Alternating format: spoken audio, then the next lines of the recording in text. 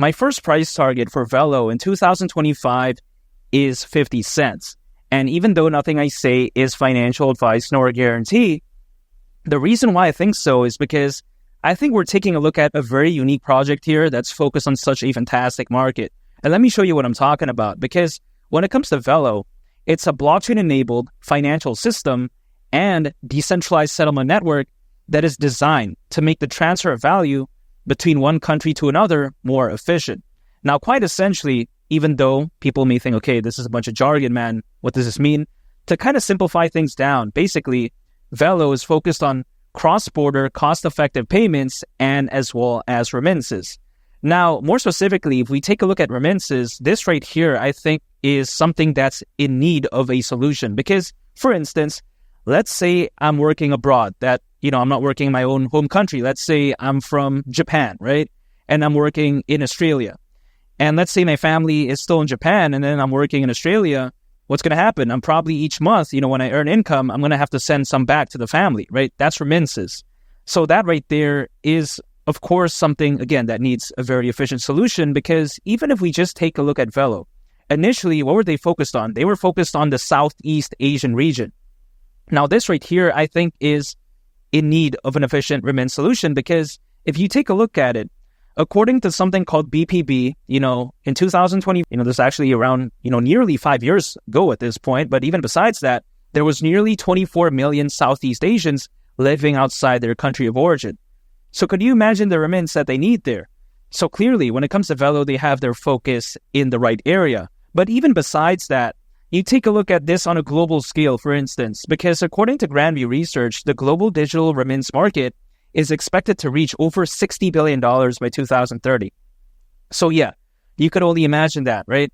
When it comes to Velo, they're focused on actual solutions for real-world problems. They're not focused on some random nonsense, all this type of stuff, because that's just not their style. And if you think about it, it's even been noted how when it comes to Velo, it has expanded beyond, remittance to offer a suite of CDFI products. Now, CDFI stands for Centralized Decentralized Finance, and I'll get to that a little bit later on. But besides that, again, right, they've, expanded beyond remittance to offer, again, a suite of CDFI products that include a decentralized exchange and multi-chain bridge. Now, you may be thinking, okay, what's the benefit of CDFI? Now, this right here, to just kind of put some perspective into this, is basically like DeFi and CeFi combined. Now, we all know that DeFi stands for decentralized finance and CeFi stands for centralized finance. But some people, they may not like one or the other, because some people, they use DeFi and they're like, okay, this is too decentralized. They're like, yeah, we don't like that. But then they switch over to CeFi, centralized finance, but they don't really like that too, because they're like, hey, it's still a bit too centralized. We don't want that. But sometimes they want a middle ground approach. Now, personally, I don't mind DeFi because I really love it. But again, for those who may not like it, they want a little bit of, CeFi aspect to it. There is something called CDFI, which is kind of basically the best of both worlds. So this is what I really like about Velo. I mean, come on, CDFI. This is fantastic stuff right here. Very revolutionary, in my opinion. And it's not like Velo's a one-trick pony. That's not the case. It's very complete. For instance, you take a look at how there's something called Quantum, right? A one-stop lightning speed remittance network. You take a look at Universe, a multi-chain super decentralized exchange. Sounds kind of corny to some people, but again, they call it that. Also on top of that, Nova Chain, an affordable universal blockchain network. Orbit, a crypto super app. They like to use the word super, but yeah, it is pretty super, I suppose. Also on top of that, you take a look at Warp, a multi-network cross-chain bridge. So really, anyway, take a look at it. This is very amazing. Also, let's not forget about USDV. We've all heard about USDT, a bunch of other stable coins, USDC, but USDV, this is very amazing stuff. Now, you may be thinking, okay, this is kind of caca, we don't really need another stable coin. What is this all about? But here's the thing. You take a look at how very recently Velo's involvement with BlackRock, and more specifically with BlackRock's tokenized short-term treasury fund into their USDV stablecoin. So you can only imagine that, right? USDV, man, it could be so huge moving forward. And I think naturally, as it does grow, I think Velo's going to grow as well. So I really like that when it comes to Velo. Also, on top of that, they have recently had a collaboration with the Laos Bullion Bank to integrate gold into blockchain. Now, this right here is amazing because you take a look at Laos, right? It's a pretty big country. A lot of my friends have actually visited there. But yeah, you get what I mean. That right there is actually a very amazing thing. When it comes to Velo, their partnerships are A+, use cases A+, diversity is A+. I mean, it's pretty much A+ across the board. That's the way I take a look at it. So this right here is really a no-brainer pick for me. I don't know why people keep saying, wow, dude, Velo is caca, it's all this. No, I disagree, man. I think it's very special. And with all that taken into consideration, is Velo at the price of 50 cents during this bull run as my first price target ridiculous? Is it insane? No, I don't think so. I believe it could hypothetically reach that again during this bull run. Now, my next price target is Velo at the price of 75 cents, which people may think, okay, that's kind of crazy, man. What do you mean by this? But if it were to actually, go to that price, considering its current circulating supply, market cap would only be around $5.5 billion. Now, why do I use the word only? It's because I think this is so low in the grand scheme of things. I mean, really, it's like almost peanuts. You take a look at, for instance, right? Dogecoin at one point reached over $80 billion in market cap. This isn't even 10% of that. You take a look at SHIB. SHIB at one point reached around $40 billion in market cap. So this is like, over 10% of that. But still, it's like so small in the grand scheme of things, really. It's not even too much to ask for. Now, people may think, okay, it's not fair to use something like Doge or SHIB as an example because they have so much fans, so much hype. I understand that, but you have to take this into consideration. I think this, if anything, showcases that, the bar to exceed, let's say a $5 billion market cap doesn't seem too high in the world of cryptocurrencies. I mean, even if we ignore, these meme coins, we've seen some far more caca projects far exceed this. So I don't think this is crazy at all. I mean, come on. Velo, again, diverse as only one could expect, right? I mean, it's pretty much the most diverse thing out there.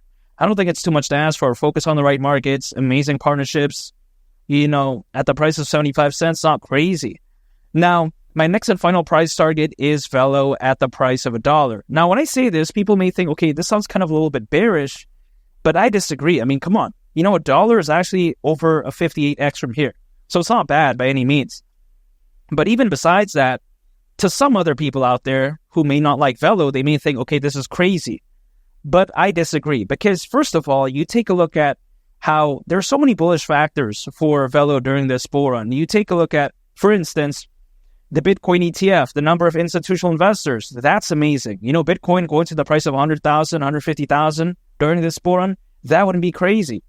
At least also when I consider how there's over 600 million crypto owners as we speak, according to Crypto.com research. That's more than ever before in history. You take a look how back in 2021, to just put some perspective on this number, during the peak of that bull run that year, there was roughly only around 300 million crypto owners. And yet the bull run was already that impressive. So now with this many new crypto owners, basically double, I think it's going to dwarf what we saw back then. So I think that once the sentiment changes, once, Bitcoin starts reaching new levels, breaking a new all-time high and all that type of good stuff, once the retail FOMO kicks in, buying pressure, buying volume, all the attention, I think at that point, with all those amazing factors, Velo at the price of $1, I don't see why not. And now, why did I title this video 2025 price targets? It's because if we take a look at it, historically speaking, usually altcoins, they've been known to peak around 6 or 18 months after a Bitcoin halving event, or anywhere in between, I should say. Now, the Bitcoin halving event happened back in April. So 6 months would be October this year, but I don't think it's going to happen this year because, just the market sentiment as of right now, I think it's going to take some time. But even besides that, 18 months is usually like a worst case scenario. So let's say we use a middle ground approach, a year, that would be around April of 2025. But even if, let's say, we just work off, the worst case scenario, it's still 2025 anyways, which is why I titled this video, Velo 2025 price targets. Because again, historically, that has pretty much been the time frame. But of course, again, best case scenario, October of this year, I don't think it's going to happen. So I'm taking a look at 2025. But even besides that, is this necessarily a bad thing? No, because if anything, it's actually more time for me to accumulate.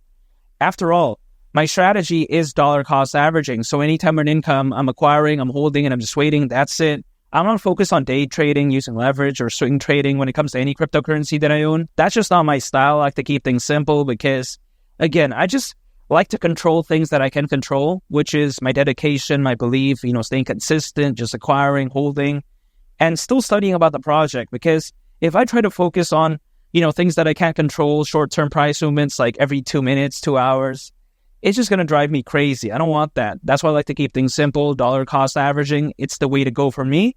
And Velo at the price of $1 during this bull run wouldn't surprise me whatsoever. I think that this bull run could be so special. I think Bitcoin still has a ways to go, and I think Velo is one of the best projects out there. I really can't wait. Again, $1, I don't think it'd be crazy. And make sure to subscribe if you gain value from this video. I'd greatly appreciate it. It's been Lee the Captain, and I'll catch y'all on the next one. I'm out. Peace. Bye.